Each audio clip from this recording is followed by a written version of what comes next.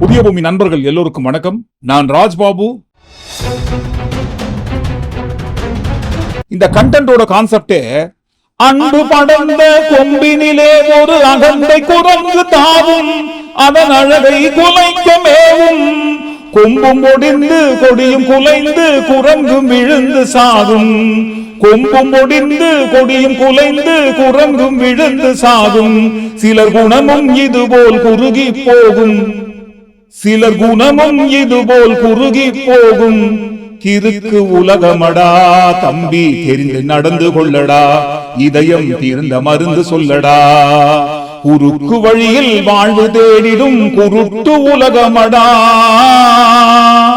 அது யாரு, என்ன மாதிரி குறுக்கு புத்தி கொண்ட திருட்டு பசங்கன்றதான் பாருங்க இந்த காணொலிக்குள்ள ஒட்டுமொத்தமா பார்க்க போறோம். அதற்கு முன்பாக நண்பர்கள் யார் யார் சப்ஸ்கிரைப் பண்ணாமல் இருக்கீங்களோ சப்ஸ்கிரைப் செய்து புதிய பூமிக்கு ஆதரவு தருமாறு கேட்டுக்கொண்டும், இந்த காணொலியை முழுமையாக பொறுமையாக பார்க்க வேண்டும் என்று அன்புடன் கேட்டுக்கொண்டும் இந்த காணொலி கொண்டு போயிடுவோம். சிவகங்கைக்கா? ஆமாமா, சிவகங்கைக்கு நேற்றைய தினம் வழக்கம் போல பாருங்க, வாரிசு நடிகர் பனையூர் பண்ணையார் பிரச்சாரத்துக்காக போறாரு. ரோட் ஷோ பண்ணிட்டு ஷோ காட்டினேன். ரோட் ஷோ நடத்துறோன்ற பேர்ல அவர் காட்டுற ஷோவை விட ஒரு சில ஊடகங்கள், எல்லா ஊடகங்களையும் சொல்லலைங்க, ஒரு சில ஊடகங்கள் பூஸ்ட் பண்றாங்க இல்லைங்களா, அதுதான் இருப்பதிலேயே அவர் காட்டுற ஷோவை விட அதிகப்படியான ஷோ. விஜயோட வீட்டு கதவு திறந்தது, விஜய் வீட்டிலிருந்து புறப்பட்டார், விஜய் வண்டி கிளம்பி விட்டது, விஜய் வண்டியை எடுத்து விட்டார், விஜய் வண்டியை ஸ்டார்ட் செய்து விட்டார், விஜய் வண்டி ரோடுக்கு வந்துச்சு, விஜய் வண்டியை ஓட்டிட்டு போறாரு, விஜய் வண்டி ஓட்டுறவர் கூட நின்னுக்கிறாரு, உட்கார்ந்து இருக்கிறாருன்னு ஏகப்பட்ட தலைப்பு வச்சு பூஸ்டப் பண்றாங்க இல்லைங்களா. ரோட் ஷோன்ற பேர்ல விஜய் காட்டுற ஷோவை விட ஒரு சில ஊடகங்கள் காட்டுற ஷோ தான் அதிகப்படியானது.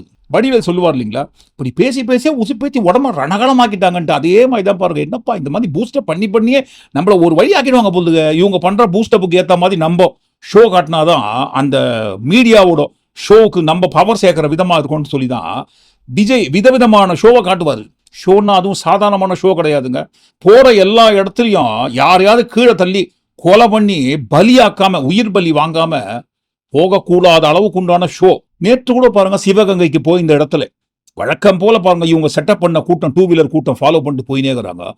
விழுந்து வாரி எப்படி உருண்டு புரண்டு அப்படியே குப்பை மாதிரி சுருடுறாங்க பாருங்க. அவ்வளவு பலமாக குப்பை மாதிரி சுருண்டு குப்புற விழுந்து இப்படி அடிபட்ட அந்த இடத்துல கூட பாருங்க, விஜய் வாகனத்தை நிறுத்தி, என்னப்பா பின்னாடி வந்திருந்தவங்க இட உடமா இந்த விபத்துக்குள்ள ஆகுறாங்க போலுங்க, என்னன்னு இறங்கி பார்ப்போம்னு பாப்பாரா? எப்படி பாப்பாருங்க?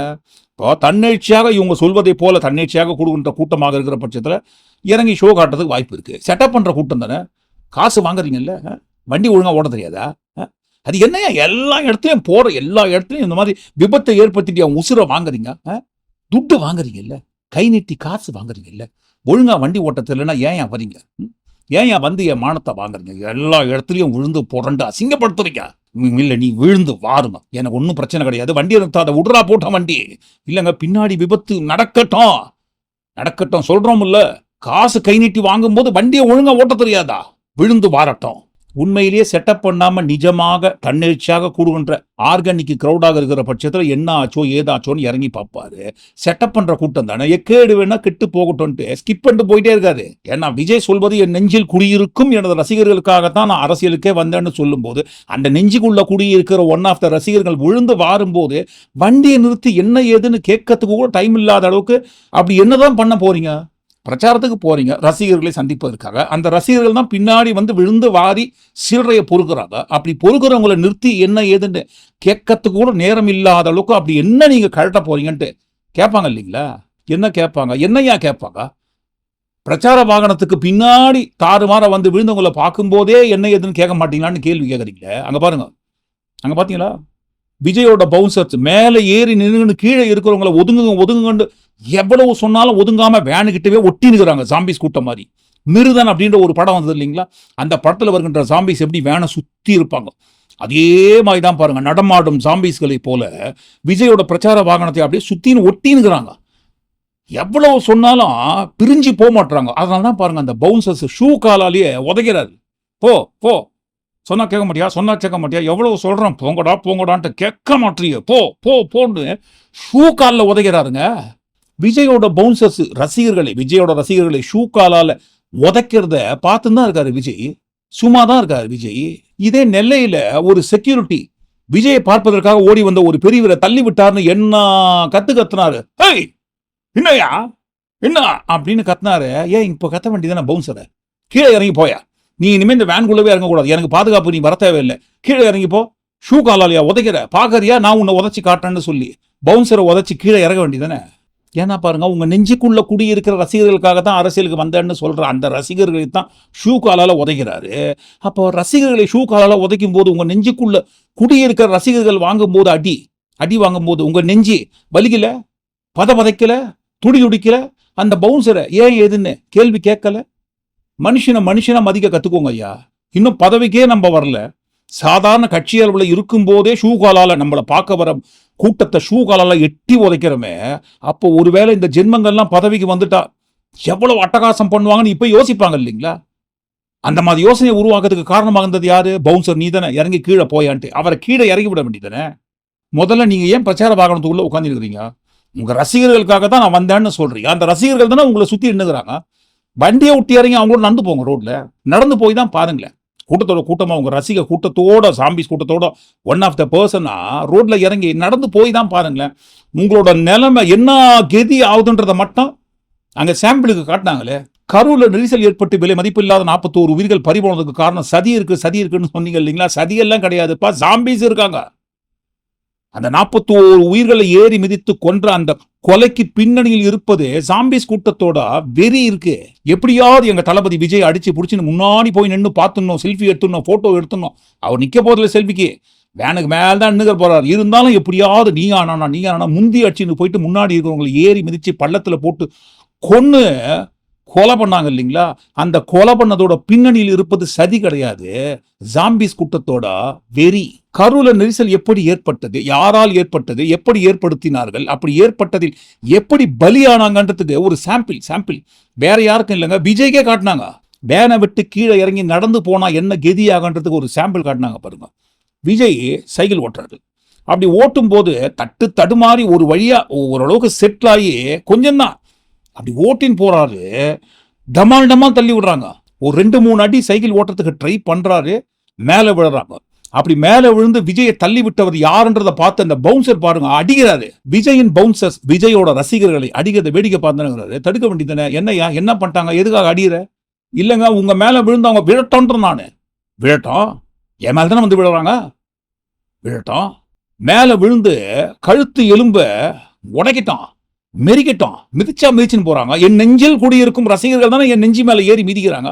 என்ன இப்போ நீ அடிக்க கூடாது, அதெல்லாம் தப்பு. சைக்கிள் ஓட்டமா, விட்றா போட்டோம் சைக்கிள், ஓட்டுறேன் பாரு, நான் யாருன்னு காட்டுறேன். டமால்னு விழுறாரு. மறுபடியும் தடுமாறி எந்திரிச்சின்னு ஓட்டுறேன்னு ஓட்டத்துக்கு ட்ரை பண்றாரு. ஒட்டினே இருக்கும்போது பாருங்க, டமால்னு அவரை கீழே தள்ளிட்டாங்க. கீழவே பவுன்சர் பிடிச்சிட்டாங்க. இதோ புளியங்குளத்து புலி.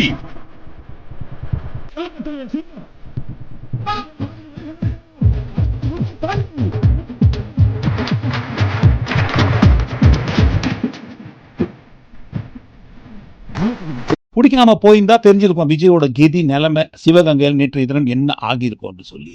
கரூர்ல நெரிசல் எப்படி ஏற்பட்டதுன்னு கேட்டார் இல்லைங்களா? இப்படிதான்ப்பா நடந்திருக்கு.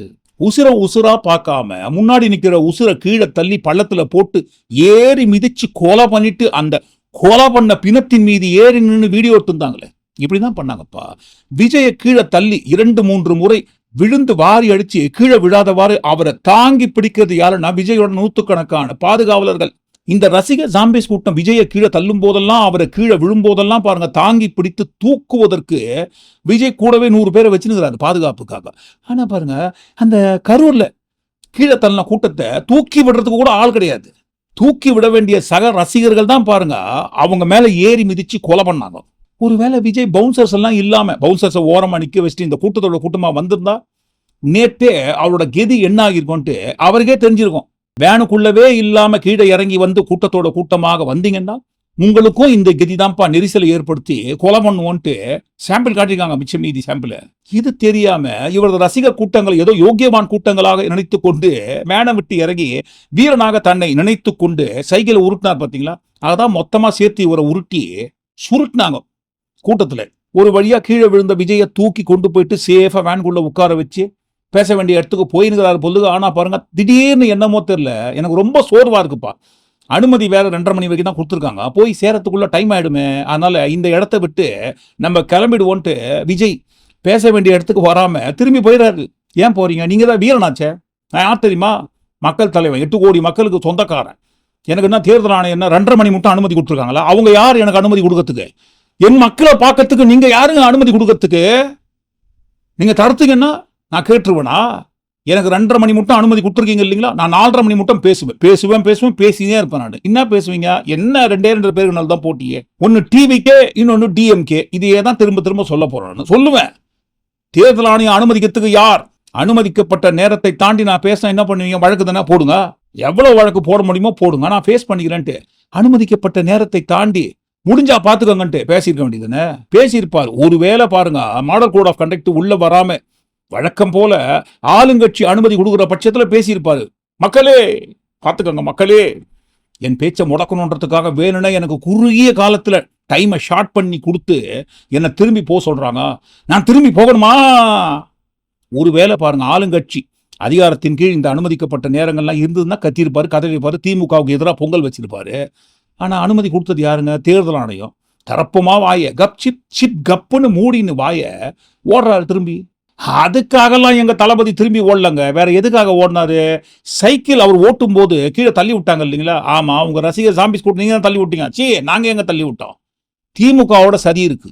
கூட்டத்தோட கூட்டமா யாரோ பாருங்க திமுகவை சேர்ந்தவர்கள் உள்ள வந்து சதி பண்ணி விஜய் எங்க தளபதி சைக்கிள் ஓட்டினும் போது அவரை புடிச்சு தள்ளி விட்டாங்க. சோ இது முழுக்க முழுக்க திமுகவோட கை இருக்குன்ட்டு வேமா சூசோ இல்லாம இன்னைக்கும் பாருங்க திமுக தள்ளி விட்டாங்கன்னு கூட சொல்றதுக்கு வாய்ப்பு இருக்குது. ஏன்னா திமுக என்கின்ற ஒரு கட்சியை தாண்டி விஜய்க்கு வர எந்த ஒரு சிந்தனையும் கிடையாது, வேற எந்த ஒரு பேச்சும் தெரியாது. அதனால்தான் திமுக திமுக திமுக அவ்வளவு. எங்க நேற்றைய தினம் ஜனநாயகம் திரைப்படம் ஒரு சில காட்சிகள் ஃபர்ஸ்ட் பாருங்க லீக் ஆகுது, கம்முனுக்குறாங்க. திடீர்னு பாருங்க ஜனநாயகன் முழு படமே பாருங்க இணையதளத்தில் லீக் ஆகுது. விஜய் நடித்த ஜனநாயகன் திரைப்படம் தியேட்டர்ல இன்னும் வெளியாகவில்லை. அதற்குள்ளாகவே முழு ஹெச்டி பிரிண்ட் ஆன்லைன்ல வந்துடுது. எப்படி வந்தது? யாரால வந்தது? என்னங்க யாரால வந்ததுன்னு கேக்குறீங்க? முழுக்க முழுக்க உதயநிதியும் எல் முருகனும் சேர்ந்துதான் பாருங்க இந்த வேலையை பார்த்திருக்காங்க. எது உதயநிதியும் எல் முருகனுமா? என்ன இது? எதுவுமே ஷிங்க் ஆகலையப்பா. ஆகுது. அதிமுகவை ஜெயிக்க வைக்க வேண்டும் என்கின்ற நோக்கத்துக்காக, எப்படிங்க அதிமுக கட்சியை ஜெயிக்க வைக்க வேண்டும் என்கின்ற நோக்கத்திற்காக உதயநிதி எல் முருகன் கிட்ட சொல்லி ஜனநாயகன் படத்தை ரிலீஸ் பண்ணிட்டாங்க.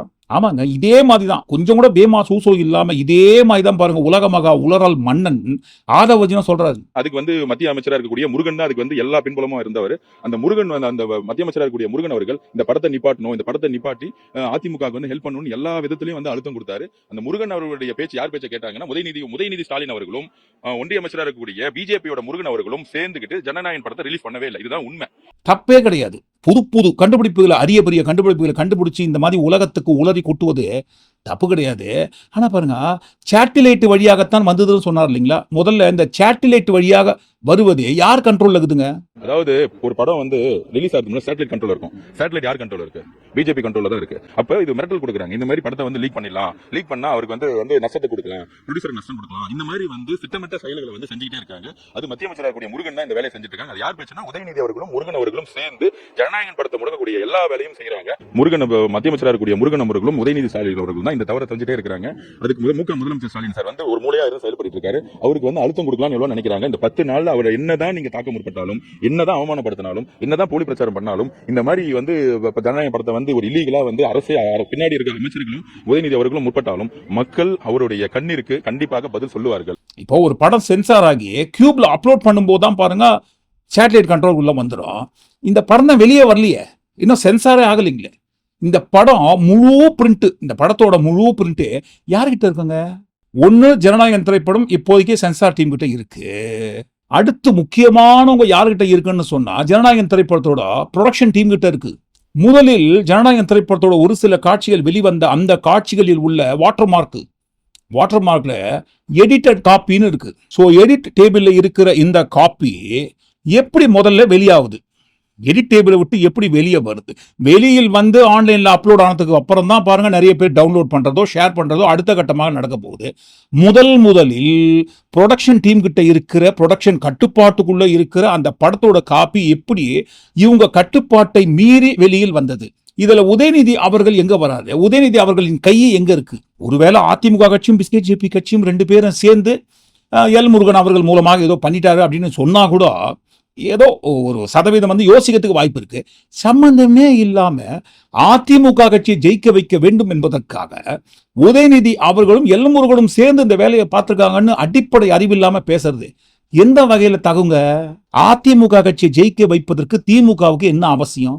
இல்ல திமுக கட்சி சதி பண்ணி வெளியிட்டுட்டாங்க அப்படின்னு சொன்னா கூட இந்த சதிக்கு பின்னணியில் ப்ரொடக்ஷன் டீம்னு ஒன்று இருக்கு இல்லைங்களா, அவங்க என்ன பண்ணுறாங்க, அவங்க கட்டுப்பாட்டுக்குள்ள அவங்க கண்ட்ரோல்ல இருக்கிற அந்த படத்தோட ஒரிஜினல் HD காப்பி எப்படி வெளியே வரும்? லாஜிக்கா திங்க் பண்ணி சுய மூளையை யூஸ் பண்ணி எங்கேயோ ஒரு இடத்துல செக்யூரிட்டி ஃபெயில் ஆயிருக்கு, இந்த படத்தோட முழு HD காப்பியே வெளியே வந்திருக்குன்னு சொல்லும்போது இந்த காப்பி எப்படி வந்திருக்கும்? யார்கிட்ட வந்து எப்படி லீக் ஆயிருக்கும்? ஒன்னும் எடிட்டிங் மூலமா லீக் ஆயிருக்குமா, இல்ல VFX டீம் மூலமா லீக் ஆயிருக்குமா, இல்ல ஆடியோ டீம் மூலமா லீக் ஆயிருக்குமா, எந்த டீம் வழியாக லீக் ஆயிருக்கும்ட்டு இன்டர்னலா யோசிக்கிற பட்சத்துல ஏதாவது ஒரு பதில் கிடைக்கும். ஆனா பாருங்க, இதையும் அரசியல் ரீதியாகவே திமுக பக்கம் திருப்புறாங்கன்னு சொல்லும்போது இவர்களிடம் எந்த ஒரு ஆயுதமும் கிடையாது. இவர்களை நோக்கி வருகின்ற ஆயுதத்தை மொத்தமா திமுக பக்கம் திருப்பதுதான் இவங்க கிட்ட இருக்கிற ஒரே ஒரு ஆயுதம். ப்ரொடக்ஷன் டீமோட கட்டுப்பாட்டுக்குள்ள இருக்கிற எந்த டீம் கிட்ட இருந்து வெளியாச்சுன்றதை யோசிக்கிறதை விட்டுட்டு இதுக்கும் திமுகன்னு பண்றாங்கன்னு சொன்னா அப்ப உண்மையில் இந்த ஜனநாயக திரைப்படத்தை வெளியிட்டதற்கு பின்னணியில் விஜயும் ஆதவ் அர்ஜுனா தான் இருக்காருன்றோம். என்னப்பா அவங்க படத்தையே விஜய் என்ன ஏழையா? இந்த படம் ரிலீஸ் ஆகலைன்னா அவர் ஏழையாட போறாரா? குடிசை வீட்டுக்கு வந்துட போறாரா? ரோடுக்கு வந்துட போறாரா? இல்லைங்களா? முதல்ல விஜய் தயாரிச்ச படமா அது இல்லையே. நடிச்சாரு, நடிப்பதற்கு என்ன சம்பளமோ முழுசா அவர் எப்போ கல்லா கட்டியிருப்பாரு. இந்த படம் தேர்தலுக்கு முன்பாக வெளியானால் பெண்கள் மத்தியில எனக்கு நிறைய வரவேற்பு கிடைப்பதற்கு வாய்ப்பு இருக்குன்ற ஒரு கற்பனை உலகத்தில் மிதந்து கொண்டிருந்தவர் விஜய். மிதந்து கொண்டிருந்த அந்த கற்பனை உலகத்துக்கு வெடி வச்சு தகர்த்தது சென்சார் போர்டு. சென்சார் போர்டுக்கு பின்னணியில் இருப்பது பிஸ்கெட் ஜேபி கட்சி. இப்பவும் திமுகன்னு சொல்லிட்டு இருப்பாங்க. சரி, திமுகன்னு இருக்குதுன்னு வச்சுப்போமே, யாரோ சதி பண்ணி அந்த படத்தை வெளியே வராம தடுத்துட்டாங்க. தேர்தலுக்கு முன்னாடி இந்த படம் வந்தாதான் விஜய்க்கு ஏதோ ஒரு வகையில அரசியல் ரீதியான லாபம், இல்லைன்னா பாருங்க விஜய்க்கு மிகப்பெரிய சோகம். அதனால ஏன் அரசியல் ஆதாயம் தேடுவதற்காக இந்த படத்தை எல்லாரும் பார்த்துக்கிட்டோம். எப்படியும் பாருங்க, தேர்தலுக்கு முன்னாடி இந்த படத்தை ரிலீஸ் பண்றதுக்கு சென்சார் அனுமதிக்க மாட்டாங்க. ஏன் இந்த படத்தை நம்மளே ரிலீஸ் பண்ணி பார்த்துக்கோங்கன்னு விட்டுடக்கூடாது அப்படின்ட்டு ஏன் விஜய் வெளியிட்டிருக்க கூடாது? சின்ன மீனை போட்டு ஏதோ ஒரு வகையில பெரிய மீனை பிடிக்கணுன்ற ஒரு எண்ணத்தின் காரணமாக அரசியல் ஆதாயத்திற்காக இந்த சமயத்துல ஏதோ ஒரு வகையில அனுதாபம் தேட வேண்டும் என்பதற்காக ஏன் ஜனநாயகம் திரைப்படத்தோட முழு HD காப்பியை விஜயே ரிலீஸ் பண்ணிக்க கூடாது? ஏன்பா என்னப்பா இது விஜய் ரிலீஸ் பண்ணாதான் அதுக்கு ஆதாரம் இருக்கான்னு கேட்பாங்க. சரி, உதயநிதி அவர்கள் தான் இந்த படத்தை ரிலீஸ் பண்ணாங்கன்னு சொல்றதுக்கு விஜய் கிட்ட ஆதாரம் இருக்குதா? ஆதவ் அர்ஜுனா கிட்ட ஆதாரம் இருக்குதா? ஆதாரத்தை வைத்துக் கொண்டு தான் பேசினாங்களா? அதே மாதிரி தான் பாருங்க, விஜய் தான் இதை ரிலீஸ் பண்ணாருன்னு சொல்றோம், அடிச்சு சொல்றோங்க, அதுதான் உண்மை. இல்லைங்க நான் ரிலீஸ் பண்ணலங்க, நான் ஏன்பா ரிலீஸ் பண்ணணும் அப்படின்னு சொன்னா விஜய் தான் நிரூபிக்கணும். நான் ரிலீஸ் பண்ணல அப்படின்னு சொல்றதுக்கு ஆதாரத்தை விஜய் தான் கொடுக்கணும். ஏன்னா இந்த படத்தோட முழு கட்டுப்பாடு யாருக்கிட்ட இருக்குன்னு சொன்னா இந்த படத்தோட ப்ரொடக்ஷன் டீம் கிட்டவும் ஹீரோ கிட்டவும் இருக்கும். ப்ரொடக்ஷன் டீம் வழியாக வந்ததா அல்லது ஹீரோ மூலமாக வந்ததா? இப்ப 2 பேர்ல யார் மூலமா வந்ததுன்றதான் கேள்வியே. இந்த படத்தை ஒருவேளை ப்ரொடக்ஷன் டீம் ரிலீஸ் பண்ணியிருப்பாங்களோ அப்படின்னு யோசிக்கிறது கூட அடுத்த கட்டம். ஆனால் இந்த ஜனநாயகன் படத்தை முழுக்க வெளியிட்டது விஜய் தான் என்று சொல்வதற்கு மேஜர் ரீசன் இருக்கு. ஜனநாயகன் படம் முழுசா HD பிரிண்ட் வெளியாவதற்கு முன்பாக இணையதளத்தில் ஒரு சில காட்சிகள் மட்டுமே வெளிவந்தது. அந்த ஒரு சில காட்சிகளை பார்த்தவர்கள் திடீர்னு என்ன சொல்றாங்க, என்னப்பா இது முழுக்க விஜய் இஸ்லாமியர்களை தீவிரவாதியாக காட்டியிருக்காரு, மதுரையில் அதிகப்படியாக இஸ்லாமிய தீவிரவாதிகள் குண்டு வைப்பதை போல காட்சிப்படுத்தியிருக்காரு, இவரா சிறுபான்மையினருக்கு பாதுகாவலா இருக்க போறாரு, நானே சிறுபான்மையினர் அப்படின்னு சொன்னாரு, ஆனா முழுக்க இஸ்லாம் மதத்தை தீவிரவாத மதம் போல காட்டியிருக்காரு, மதுரை முழுவதும் குண்டு வைப்பது இஸ்லாமிய தீவிரவாதிகள்னு சொல்றாருன்ட்டு அந்த வெளியான ஒரு சில நிமிட காட்சிகளை பார்த்துவிட்டு அதிகப்படியாக விமர்சனங்கள் எழத் தொடங்கியது. இந்த விமர்சனங்கள் எழுந்த ஒரு சில மணி நேரங்களுக்குள்ளாகத்தான் பாருங்க ஜனநாயகம் திரைப்படத்தோட முழு HD காப்பி வெளியே வருது. அப்ப இதுக்கு காரணம் யாரா இருப்பாங்க? என்னப்பா இது இஸ்லாமியர்கள் நான் தீவிரவாதியா காட்டியிருக்கனா, சிறுபான்மையினர் நான் எதிர்த்து படம் எடுத்துக்கனா? இல்லையே, அந்த மாதிரிலாம் இல்லையே. முழுசா இந்த படத்தை பாருங்க, உங்களுக்கு அப்பதான் புரியும். சிறுபான்மையினருக்கு எதிராக நான் படம் எடுத்திருக்கனா அல்லது சிறுபான்மையினரை ஆதரித்து நான் படம் எடுத்துருக்கான்னு முழுசா நீங்க பார்த்தாதான் தெரியும்ட்டு ஏன் விஜய் அவரே முழு பிரிண்டர் ரிலீஸ் பண்ணிட்டு பாத்துக்கங்கப்பா சிறுபான்மையினருக்கு எதிராக நான் எந்த காட்சியும் வைக்கலப்பா, வெளியான ஒரு சில காட்சிகளை பார்த்துட்டு மட்டும் நீங்க எந்த முடிவு வந்துடாதீங்கப்பா, முழு படத்தை பாருங்க அப்புறம் பேசுங்கன்ட்டு ஏன் முழு படத்தை கன்க்ளூஷனுக்காக அவரே வெளியிட்டிருக்க கூடாது? அவரே ஏன் வெளியிட்டிருக்க கூடாதுன்ட்டு இல்லை, அவர் தான் வெளியிட்டிருக்காரு. இந்த படம் வெளியானால் அதிகப்படியான லாபம் யாருக்கு கிடைக்கும் என்றால், நாங்க சொல்றோம் லாபம்னா காசு வழியாக கிடையாது, அரசியல் ரீதியான லாபம் யாருக்கு கிடைக்கும் என்றால் முழுக்க முழுக்க விஜய் தான். அதனால்தான் ஜனநாயகன் திரைப்படம் HD பிரிண்ட் வெளியானதில் அதிகப்படியான பங்கு விஜய்க்கு தான் இருக்குதுன்றோம். இல்லப்பா நான் ரிலீஸ் பண்ணலப்பா அப்படின்னு விஜய் அழுதார்னா, சொன்னார்னா, கதர்னார்னா, நான் ரிலீஸ் பண்ணலன்னு ஆதாரத்தை நீங்க எடுத்து போட்டுருங்க. ஏன்னா மறுபடியும் சொல்றோம், ஜனநாயகன் திரைப்படத்தை திமுக ரிலீஸ் பண்றதுல திமுகவுக்கு இந்த ஒரு லாபம் கிடையாது.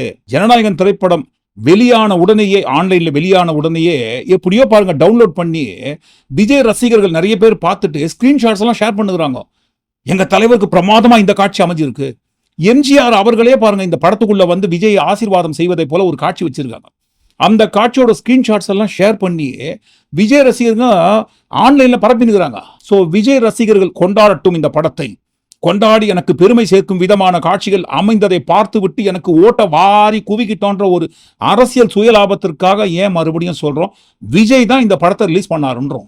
முறையா நியாயமா ப்ரொடக்ஷன் டீம் கட்டுப்பாட்டுக்குள்ள இருக்கிற இந்த படம் எப்படி வெளியாச்சுன்ட்டு சட்டப்படி இதற்கு பின்னணியில் யார் இருக்கிறாங்கன்ட்டு இன்டர்னலா என்கொயரி பண்ணா ஒரு தீர்வு கிடைத்திருக்க வாய்ப்பு இருக்கு. இல்லைங்க அரசியல் ரீதியாகத்தான் நாங்கள் இதையும் கையாளுவோம் அப்படின்னு சொன்னா, அப்ப அரசியல் ரீதியாக லாபம் யாருக்கு இந்த படம் வெளியானவுடன் கிடைக்கும் என்றால் அது விஜய்க்கு தான். அதுல எந்த ஒரு மாற்று கருத்து கிடையாது. ஸோ விஜயோட லாபத்திற்காகத்தான் விஜயே இந்த படத்தை ரிலீஸ் பண்ணிக்காரு.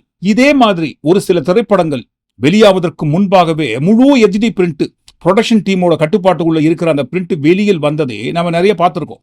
உதாரணத்துக்கு சரத்குமார் அவர்கள் தயாரித்து ஹீரோவா நடிச்ச படம் ஜக்குபாய் படம் வெளியே வரல, ரீரிகார்டிங் பண்ணதுக்குள்ளவே பாருங்க அந்த முழு HD பிரிண்ட்டும் ஆன்லைன்ல வந்துடுச்சு. இதே மாதிரி தான் ஆந்திராவில் தெலுங்குல பாருங்க விஜய் தேவகுரண்டா என்கின்ற நடிகர் நடித்து வெளிவந்த டாக்ஸிவாலா என்கின்ற ஒரு படம்.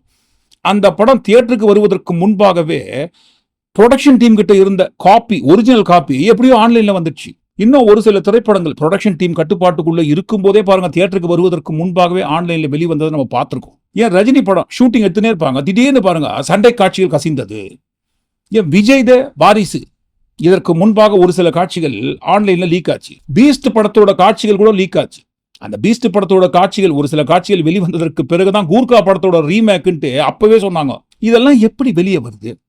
இப்போ ஒரு படத்தை தியேட்டர்ல ரிலீஸ் பண்ணும்போது ஒரு சில குழுக்கள், சட்டவிரோதமாக இயங்கும் ஒரு சில குழுக்கள் பாருங்க அந்த படத்தை கேமரா வச்சு ஷூட் பண்ணி பைரேட் பண்ணி பைரசி பிரிண்டா வெளியே வந்துருது, வெளியே விட்டுறாங்கன்னு சொல்றாங்க. படமே வெளியே வரலையே. தியேட்டருக்கு வருவதற்கு முன்பாகவே ப்ரொடக்ஷன் டீம் கட்டுப்பாட்டுக்குள்ள இருக்கிற காட்சிகள்லாம் வெளியே வருது. அதுவும் பாருங்க மொபைல்ல ஷூட் பண்ண காட்சிகள் வெளியே வருதுன்னு சொன்னா யாரோ பாருங்க இவங்களுக்குள்ள திரையிட்டு பார்த்து கொண்டிருக்கும் போதுதான் கேமரா வச்சு ஷூட் பண்ணி வெளியே லீக் பண்ணிடுறாங்க. அந்த லீக் பண்ற அந்த பிளாக் ஷீப் யாரு?